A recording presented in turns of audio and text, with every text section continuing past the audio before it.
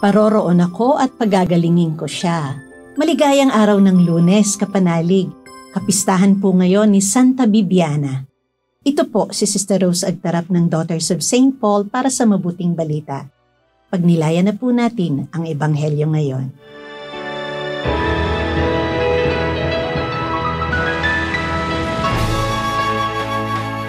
Pagdating ni Jesus sa Capernaum, lumapit sa kanya ang isang kapitan at nakiusap sa kanya. Ginoo, nakahiga sa bahay ang aking katulong. Lumpo siya at sobra na ang paghihirap. Paroroon ako at pagagalingin ko siya. Panginoon, hindi ako karapat-dapat para tumuli ka sa bahay ko. Mag-utos ka lang at gagaling na ang aking katulong. Mababa nga lang ang rango ko, pero pag sinabi ko sa isa sa mga kawal na nasa ilalim ko, pumaroon ka, pumaparoon siya. At sinasabi ko naman sa isa pa, pumarito ka at pumaparito siya. At sa aking katulong, gawin mo ito at ginagawa niya ito. Nang marinig ito ni Jesus, humanga siya at sinabi sa mga sumusunod sa kanya, Sinasabi ko sa inyo, wala pa akong natagpo ang ganitong paniniwala sa Israel. Sinasabi ko sa inyo, marami ang darating mula sa silangan at sa kanluran para makisalo kina Abraham, Isaac at Jacob sa kaharian ng langit.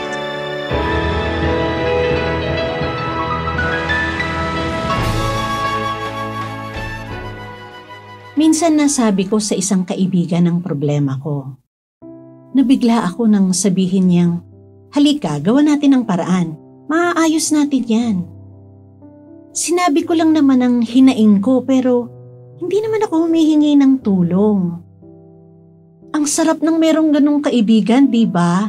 Yung laging handang umalalay at tumulong sa'yo ano man ang mangyari. Parang ganoon ang nangyari sa mabuting balita ngayon.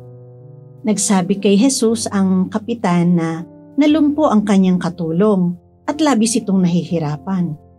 Ang sagot ni Jesus ay, paroroon ako at pagagalingin ko siya. Nagulat din ang kapitan dahil hindi niya inaasahang gagawin yun ni Jesus. Kaya't nasambit niya ang isa sa napakagandang dasal na sinasabi natin sa misa bago tayo magkomunyon.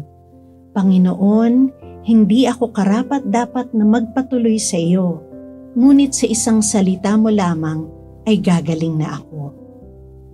Nagpahayag ng pagpapakumbaba at pananampalataya ang tugon ng kapitan. Kaya naman, pinuri siya ng Panginoon.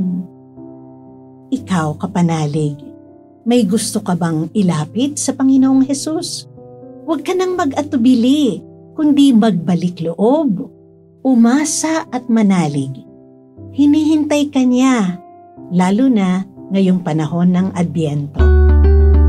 Mga kapanalig, maraming salamat po sa inyong suporta sa aming misyon. Subscribe, like, and follow Paulines sa aming social media accounts.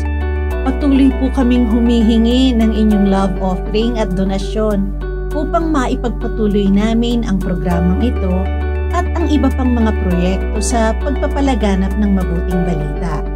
Maaari ninyong ipadala ito sa aming donations channels. Ipadala rin po ninyo ang inyong mga intensyon at kahilingan at isasama namin kayo sa aming panalangin araw-araw. Ito pong muli si Sister Rose na nag-aanyaya sa inyong manalangin. Ama naming makapangyarihan at maawain, buksan mo ang aming mga puso sa pagsalubong sa iyong anak.